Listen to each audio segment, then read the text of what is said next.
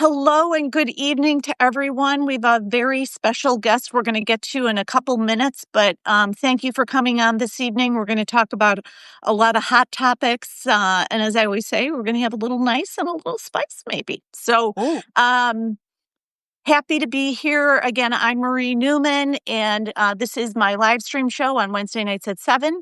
I'm joined tonight by Patty Vasquez, and I will introduce her in a moment. I just want to catch us all up. So thank you for being patient last week, guys. I wasn't able to do it. I was at a speaking gig that was long, long, long.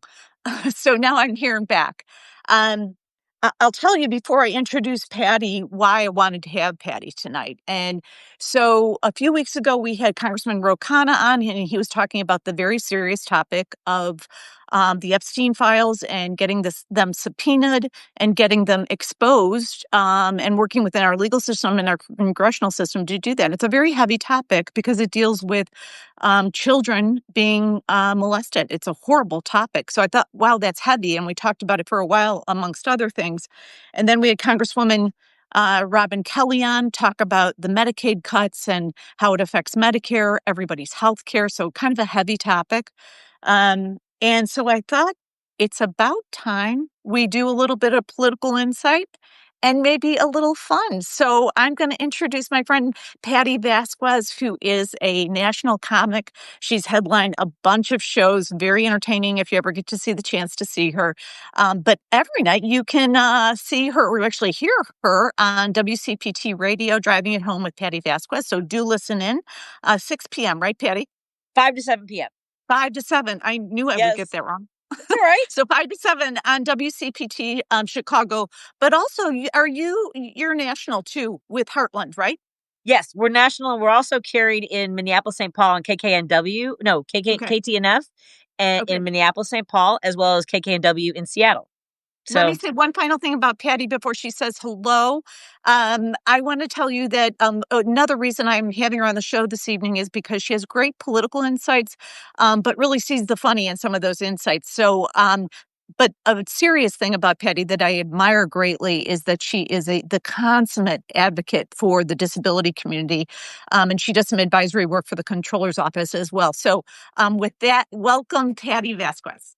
hi, it's a lot of pressure. It's a lot of pressure to be funny because there's so many heavy things happening, and it's like Right. people are like, how are you going to make kidnappings, people from our communities funny? And I'm not. But Yeah, no. for me, I've always processed trauma through humor, and that's how I ended up being a stand-up comic. There were a lot. By the time I was 7 years old, there were a lot of heavy things that happened in our family, and I think I always wanted to deflect from people feeling sorry for me or being sort of like the topic of pity or whatever. I just like making people laugh more. So thank you for having me.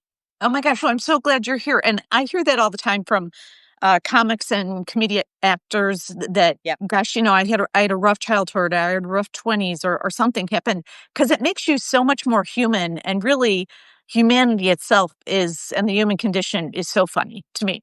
It is. It Frequently, is.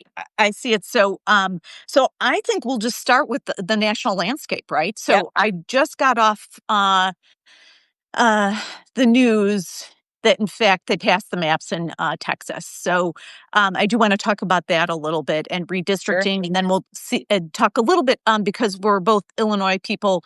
Talk about how it affects Illinois. So, in fact, folks, what it means is that, as we all guessed, the horrible maps, new and potentially illegal maps in Texas were passed by the state legislature. Every single Republican voted yes. Every single Democrat voted no.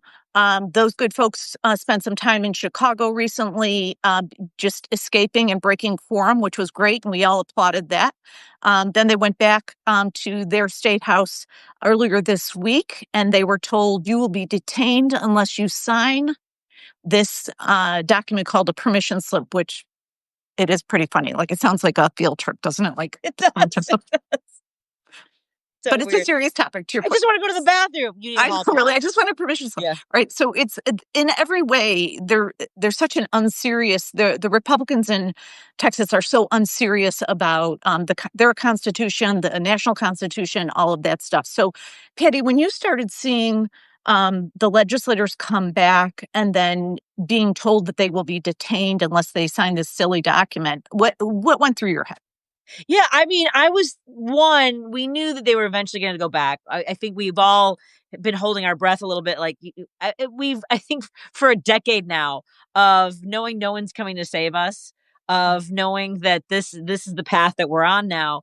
But the absurdity of, you have to be escorted in and out of the building. And I do kind of, I know that several of the legislators regretted having signed those. They felt like they were being pressured, being forced. They felt intimidated. I know there was one holdout, Nicole, who was slept for I think 48 hours.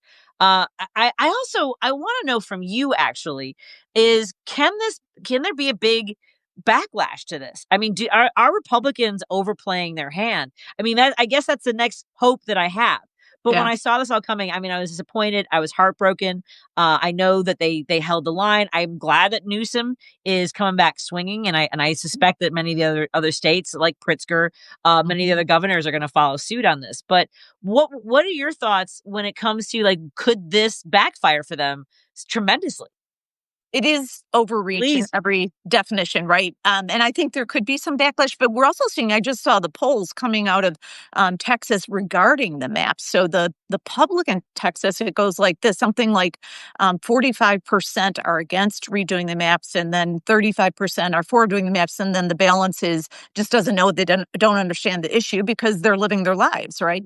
So I think they already have overplayed this. That doesn't mean they will stop. By the way, like I tell no, everybody, it's like, well, I'm getting a lot of pushback on Substack and on WCPT when I come on, and they're saying, if you create this redistricting war, it's going to be really problematic. And I'm like, honey, baby, honey, like we are at war.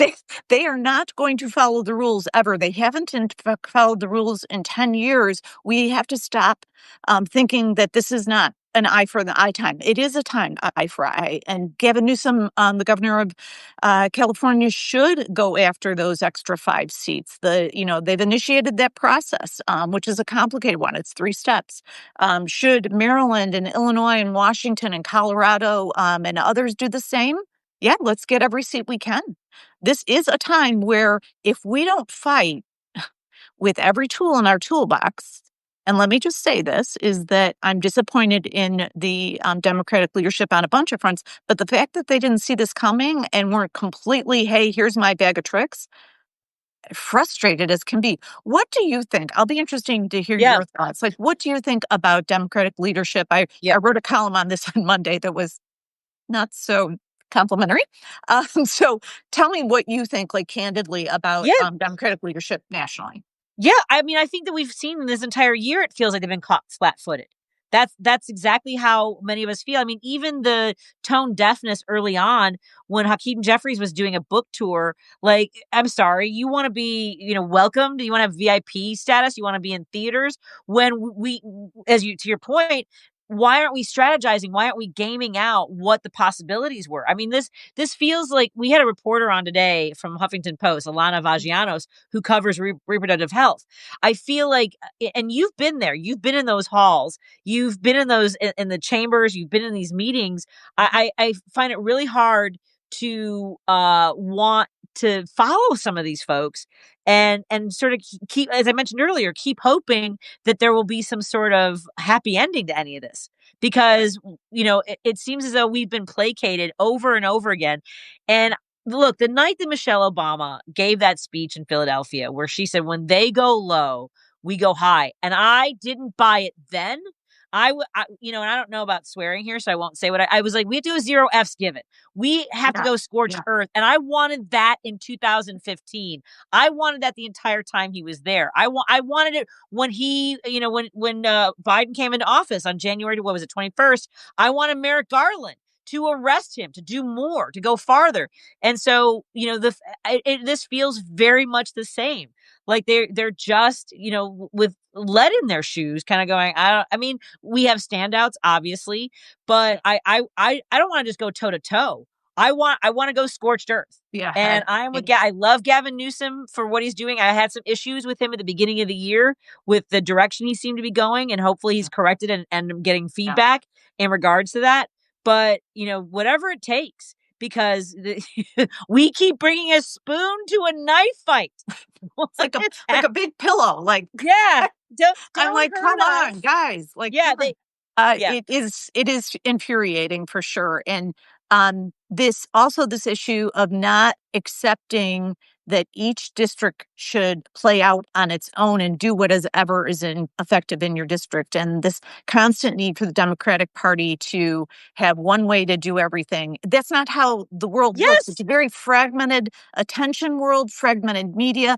Everybody Yep. has to understand their district and do what works in their district. And it shouldn't be this very frozen infrastructure that they're used to dealing with. And also, stop forcing all your people to talk from talking points. Let them just speak and what's on their mind and be authentic and Yep. genuine and warm and human and not a robot. Like, Yeah. right? Every time I have somebody on the show that speaks like a human, I get a lot of comments saying, "Oh gosh, they're so warm. I really understood them. It wasn't silly like wonky talk." And I was like, "Yeah, Yeah. there are folks that talk that way that are in the U.S. House right now and in the Senate as well. I think Chris Murphy does a nice job. I think that Brian Schatz does a nice job in the Senate, and obviously Bernie and Elizabeth. But it is frustrating right now. By the way, what I would say about the leadership in the House, since I saw it, I was up and close and personal with Hakeem Jeffries. I know he can lead. I've seen him do it. I've seen him do it under duress. So it is very frustrating that he hasn't taken a lead and been proactive because had we had a year to look at this book, right? This Project 2025. We had a year to review it and get ready for it, and that is frustrating me. My management consulting background peeks through all the time. Like I would have had a plan and a 30-point system, Yeah. but yeah. So I think we're getting there. What are you thinking about the effect of consultants and high level donors on the Democratic leadership right now? Talk a little bit Yeah. what are your viewers or your Yeah. listeners saying? Well, look, I think that the amount of money that Democrats are taking from super PACs, and this is where they say, well, we can't win unless we have their money. But then we can see that it also ties their hands when it comes to the votes that they give. Right. Mhm. So it is challenging to say, we want to tax billionaires. Look, I'll give you an example. I was in Wisconsin. I was giving a speech at the Walworth Dems event. And by the way, there are so many great Democratic organizations all over Wisconsin. And the chair of the Wisdems was talking about the messaging from Democrats, and that the things that we say, the issues that we raised, universal health care, affordable housing, abortion care, right? These all poll well, and we know that. Right. But and he was like, but he said our messaging isn't resonating, and it's because we're Democrats. If you took it, if you just said these things, do you believe that people should have a fair, not just a fair wage, but a thriving wage? People would say yes. Should we find ways to, have access to everyone universal health care? People would say yes. But when Democrats say it, they're like, oh no, basically whatever we say is wrong. And I was in the back of the room, and when he said our messages aren't resonating, I was like, is it because of the volume? Right. So I immediately Googled, because I'm on the radio. And we know that Rush Limbaugh created this entire landscape essentially, but it was created by billionaires who, like, they didn't care if Rush Limbaugh's show made money. They didn't care if people, they had writers, they had branding experts, all those sound effects with the flushing sound for abortion, calling women sluts when they wanted the pill, all these, and that's just like the two things out of the dozens of years, the decades that he was on the radio. Marie, there are 1,500 conservative radio stations in this country, 700 religious stations that feature right-wing speakers and candidates. That's 2,200. And there are almost 300 million Americans that still tune into the radio. People say it's dead, but you're talking about rural areas. So that drumbeat of Democrats are communists, that we're subhuman, that we are dangerous to democracy. They've Right. heard that for decades. So I think part of it is that billionaires bought that because they didn't want to hear us say, he didn't want a host like me say, we need to tax billionaires, Right. because the amount of money you are taking from working class Americans, from people who are in poverty, in comparison to their salaries, their income, it hurt. Every dollar that we make goes back into the economy. For them, Right. if you, at any any rate. So that's part of it. So billionaires don't want to be taxed. They don't want us to go back to before Reagan. I mean, if Right. we talked about how much Roosevelt, we talk about all the safety net, Yeah. services that we have now. Well, the tax rate for the billionaires and the corporations was 90%, right? And then Kennedy brought it down to 75%. And then it was Reagan that absolutely decimated the middle class. And we are fighting for the scraps. And when you have Democrats that are taking money from organizations that continue to do harm to our environment, to our families, to our communities, to our ability to have access to, not like I said, not just good wages, but survivable, thrivable wages to buy a home. Anyway, you made me start yelling. Hi, No, I no, was supposed to be no. funny tonight. You're no, you're so right, right? Like once upon a time, FDR years specifically, the rural areas were democratic, right? Because Yeah, we brought innovation, infrastructure, jobs, a thriving agricultural system, and people really loved that because FDR Democrats, that's what they do. They innovate, build, and provide, right? And what's interesting is that we had one of the fastest recoveries in our time frame, with much less sophisticated tools. Let's be honest, there was no real technology. So at the end of the day, this notion that it's been embedded in rural radio, rural TV, and in rural yep, public spaces that Democrats are communists and Republicans care about democracy and red, white, and blue, and they're patriotic. So stay away from those Democrats, right? Um, yep, and and it was because of media spaces. So one of the reasons I'm here on Substack is that I want to make sure that there are more voices talking about important things in rural areas. Like it's funny, yep, when I look at my analytics, I see, wow, I have a lot of folks in rural areas, and I think it's because, well, and let's face it, now that PBS and NPR and public radio has been completely gutted, they don't have that radio now. How devastating. So yep, all the more reason we have to have folks like WCPT and all the independent broadcasters on places like Substack and the like, Medium and, yep. and others. So God bless. But I do, before we leave the redistricting topic, two things. So we do have to talk about Gavin Newsom's meme system out of his press office. Oh my God, it's At so first, funny. were you like, "Oh, good lord," and then you were like, "Oh, it's so funny." Yeah. How did you react? Oh, I love that people on Fox News are like, he looks ridiculous. His wife should take his phone away from him. Excuse me. And this was what, years ago when Colbert Report was on Comedy Central. Yeah, Do you yeah, know? I mean, like, do you remember there were Republicans who didn't realize, it was a joke. yeah, that they were making fun of him, of Republicans. And Yeah, this is exactly that. They're like, yeah, "Oh, it's so stupid." No, no, no. If you put these side by side and you just, it's exactly what he does every night, all caps. Thank yeah. you for what was it? What's the way he signs off for pay? Thank you for your attention to this matter. Yes, That's what and it is. all Thank you. caps. And I know, Yeah. really, it's his vocabulary is so sophomoric and childish, Yes. and then add in the all caps, and It's I can brilliant. remember the first time I did an all caps text to one of my kids when they were like 10, and they're like, "Mom, stop yelling at me." And that's what it's like, he's Right. yelling all the time, right? And it's Chicken Little stuff, right? It's crazy. I think it's really funny. I think people want that kind of fire with fire, right? Yeah. Is mocking him because he doesn't like to be mocked. Dictators don't want to be mocked. That's one of the reasons why that I'm surprised that there isn't, and I'm not encouraging it, but more effort to shut down stations like mine Yeah. because they don't want to hear me and Hal Sparks and Stephanie Miller, the comedians like John Fugelsang, who are Yeah. mocking him all the time because Yeah. he is so deeply dumb, and I will never Deeply understand how dumb. he's deeply dumb. I just don't know how people like what he makes sense to me. I mean, remember it was always like, well, he calls it the way he sees it. I mean, Right. I have an uncle that calls it the way he sees it, but I'm not going to let him run I don't want him to run the country. He's an idiot. Sorry, my uncle. Well, no, I can remember at family parties we had an Uncle Joe, and I can say this because I am Irish. Um, kind of a typical old Irish guy, and Sure. would say, like, scream at the clouds and stuff, and and my mom would always say, "Oh, don't listen to Uncle Joe. He's about 15 cups in, so just let him go." And That's that's what what I'm saying. yeah, that's what I feel like.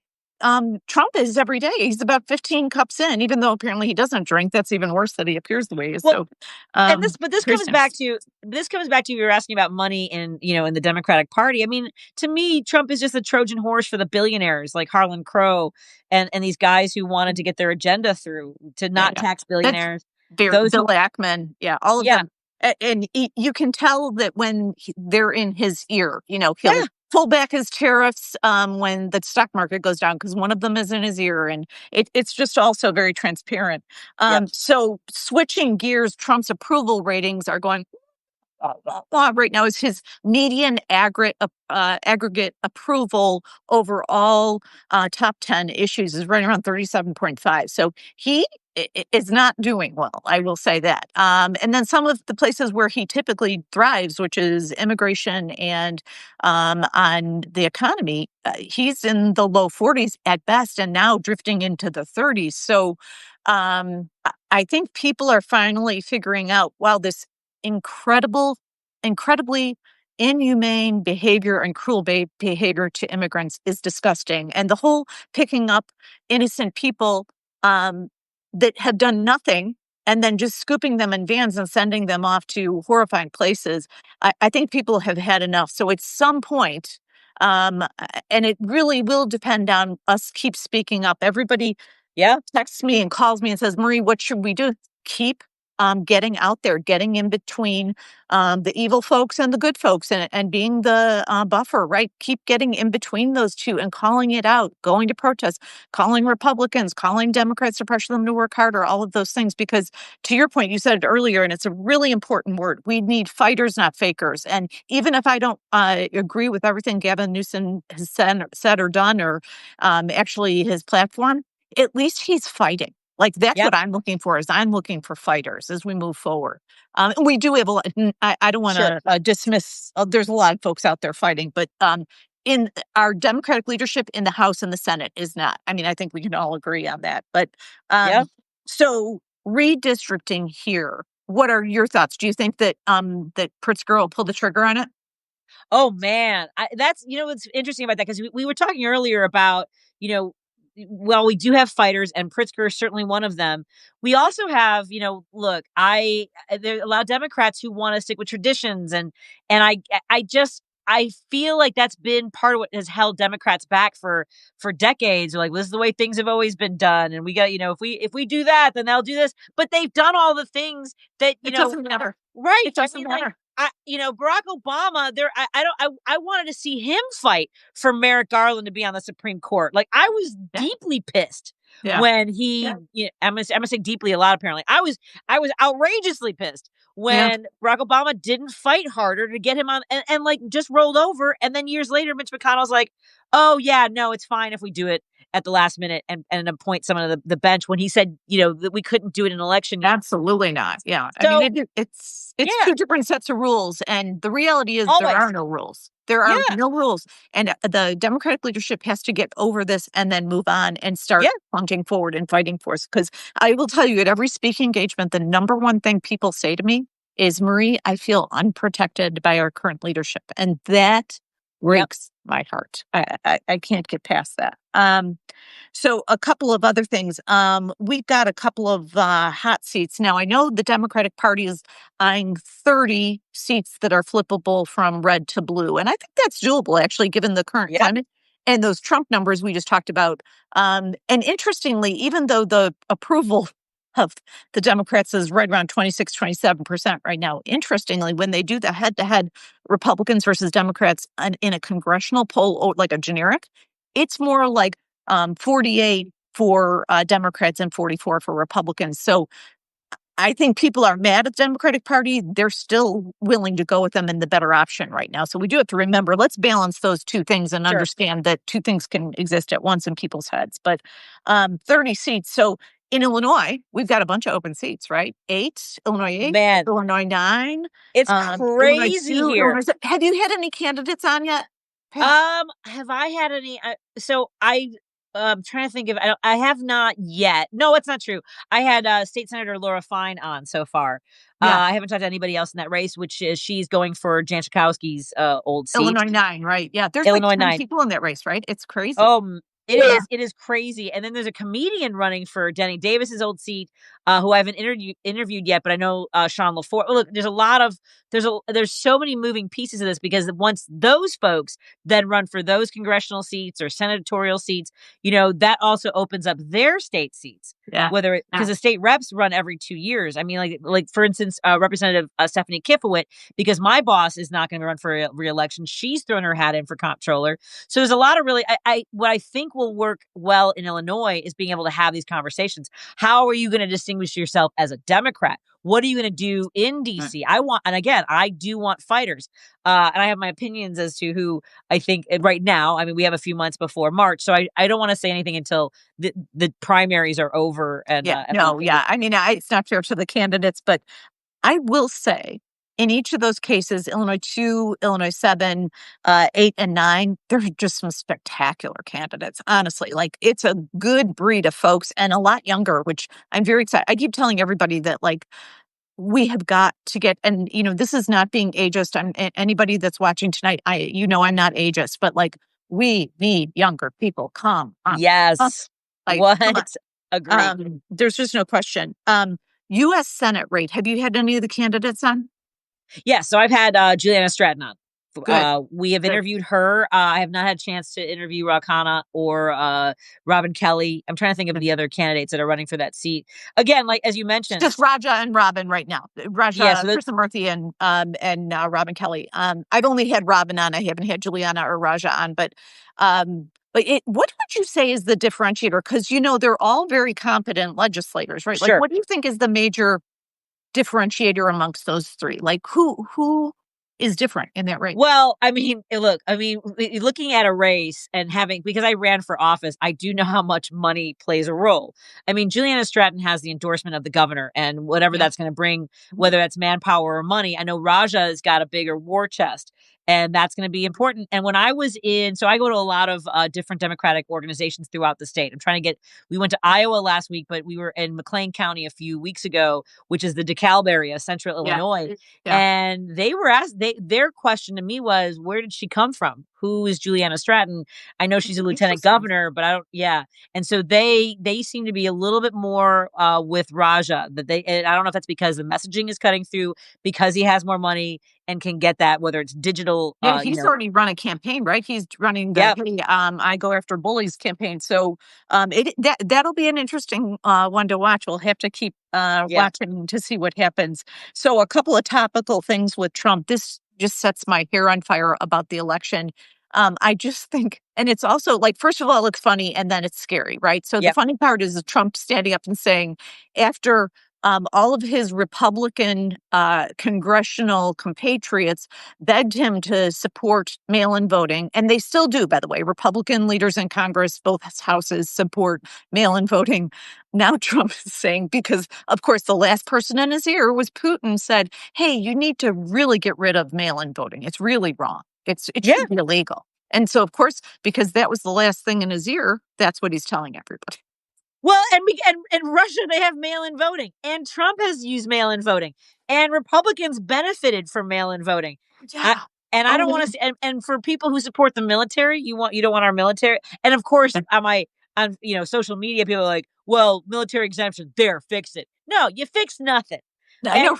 I do love it when people that have nothing about our electoral structure systems are like, well, if you just do this one thing, oh, honey, it's so complicated. Now, the good news is that our system is completely disaggregated, right? So in each state, there's a very complex system. And then the tabulation and the way that it gets communicated and collected, for that matter, and sent on any given election to national tabulations, then it's a really great process because it is very complex and disaggregated. Yep. It makes it very hard to fix or somehow to alter the trajectory of a national election in any way. So let's keep it that way. And so his nonsense just makes me crazy.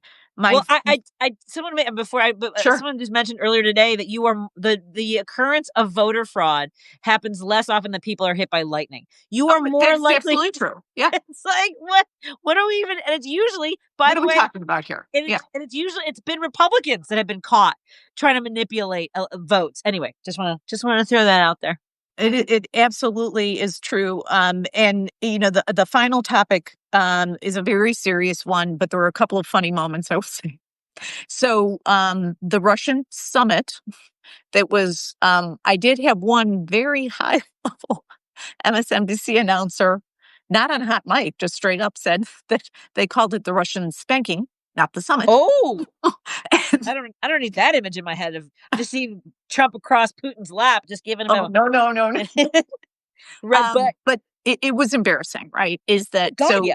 Trump's retrospective comments on it. Well, look, we got a lot of conversations done, and he couldn't come up with one thing that was accomplished, right? And then, secondly, he thought somehow by having the perfunctory and ceremonial flyover that was very scary to Putin when he has the same type of fighter pilots, and it's so ridiculous. So that was like you're you're beyond a child, right? A man child. But the more important thing is coming out of that is that what we learned is that um, he probably did commit something to Putin and now has to sell it, right? He thinks he's the consummate salesperson and has sold nothing to his European counterparts, sold nothing to Zelensky, and they're holding firm. So I couldn't be prouder Yep. of the NATO group coming together, and Ukraine's not in NATO. They should be, I believe. But and really talking firmly about Article 5, which in fact is when one of us goes to fight, we all have to fight, right? And protects, and that has to do with peacekeeping and other measures that need to be required in any treaty, right? So I hope that in fact the European leaders stay tight with Zelensky, and every time there's a discussion, they're all on the phone together, right? Yeah. Because they're a team. And I think that's the only thing that is going to keep Trump in line. So I'm praying that they stick with that pattern. Yeah. I still can't believe we had a war criminal on American soil. I I know, can't right? believe it. We not just that, but we rolled out the red carpet for him. Well, It same was with we had Netanyahu was a war criminal too, and he gave him a yeah. special letter treat, Golden Boy treat that said, "I sent a letter to the Nobel Peace Prize Committee," which that's not how it works, buddy. Um, so we've had Well, two war crimes on our yeah. own soil. It's war Well, criminals. Sorry. I thought it was crazy that he's cold calling people about deserving the Nobel Peace Prize. But then yesterday, he talks about how he wants to end this war because he wants to get into heaven. I just see Donald Trump on his knees with his little hands in prayer. Before I lay me down to sleep, I pray. What the freaking frack is? I want to I go to would say heaven. that I would sail that boat. Like, Say that boat has sailed. yeah, Yes, too late, dude. indeed. Yeah, Yeah, and that toot train has toot. left the station. Yeah. Yeah, Woo! Oh my God, craziness, craziness. I did get a note from a reporter before I came on. This is crazy. Listen to this nutty. This is another one of his neurotic, paranoid behaviors. So he has a group of 15 staffers keeping a spreadsheet of 540 top businesses that are somehow being um, advantageous and supporting the tariffs, and he's watching their behavior so that they don't go backwards or regress and not support the tariffs.